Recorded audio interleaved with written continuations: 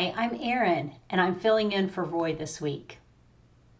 When we find ourselves in a situation we don't understand, what questions do we ask of God? Well, I don't know about you, but my questions often begin with why. Why are you letting this happen, God? Why am I here, God? Why are you taking so long? Questioning God isn't bad, but my questions come out of a place of frustration. I want to know reasons, and I don't want to have to wait for them. I'm wondering if we should change our questions.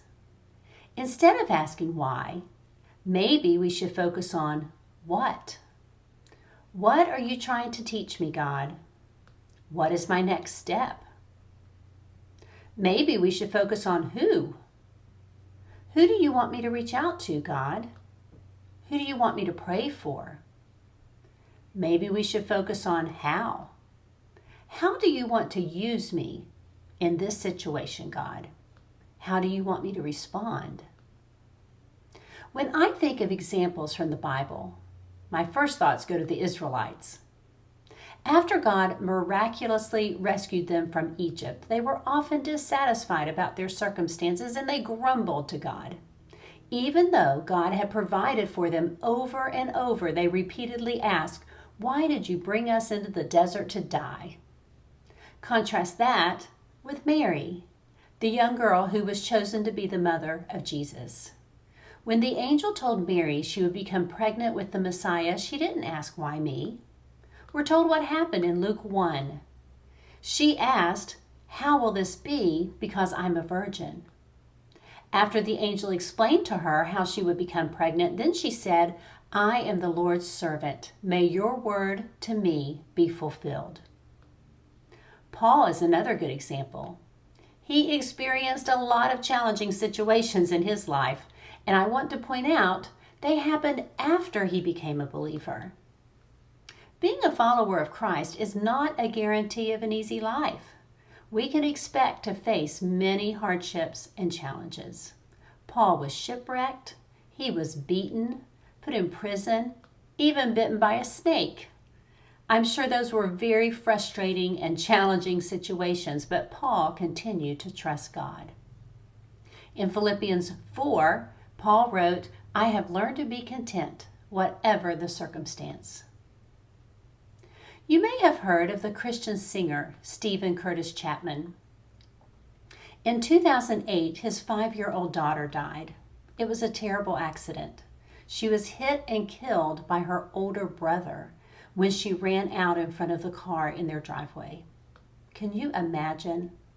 Why would God allow that to happen? Here's someone who's spreading the gospel through his music, and his young daughter was killed in such a tragic way, not to mention the effect it must have had on his son, who was the driver.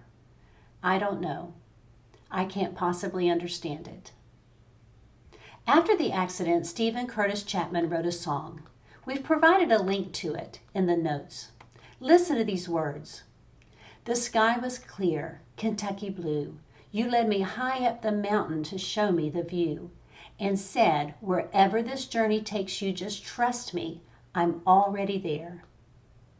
I had no way of knowing then just how hard the rain would fall and how fierce would be the wind. It's been beautiful and terrible, more painful, more wonderful than I ever could have known.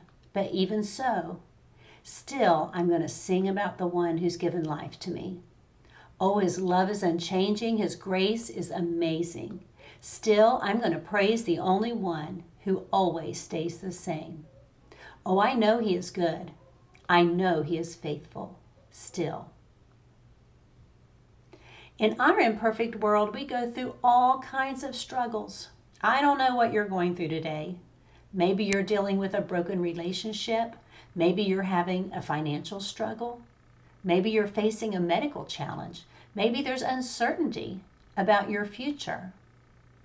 I've learned that God can use any situation for our good and His glory. His plan isn't always what we want, and His timing is not always our timing, but God is God, And His plan and His timing are always perfect. It's okay to ask God our questions. And it's okay to tell Him how we're feeling. He already knows anyway.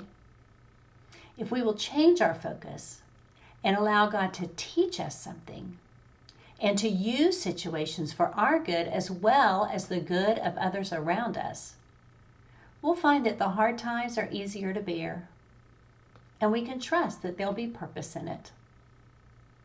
We will learn to be content in every circumstance and to live a life that is truly submitted to God. And you know what? Our time in this world may include a lot of trouble, but the Bible tells us that we can be guaranteed a future with no more death, crying, or pain. If you put your faith and hope in Jesus, that future can be yours. Until next time, keep walking with Jesus.